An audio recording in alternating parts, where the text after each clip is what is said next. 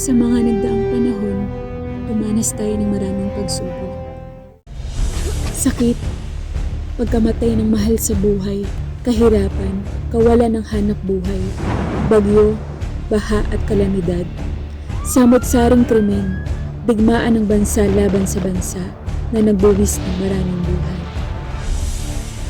Tila ba wala ng kapayapaan, tila wala ng pag-asang makakamit.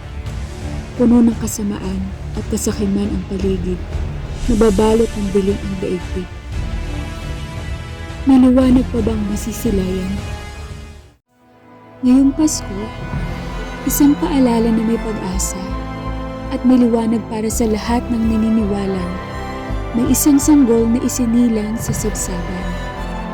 2,000 taon na ang nakakaraan na siyang tumubo sa sangkatauhan. Si Jesus ang dakilang haring manunubos, Mesiyas, Emmanuel, ang prinsipe ng kapayapaan, ang dakilang manggagamot. Si Jesus ang daan, katotohanan at ang buhay.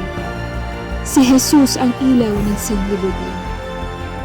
Ito ang tunay na diwa ng Pasko.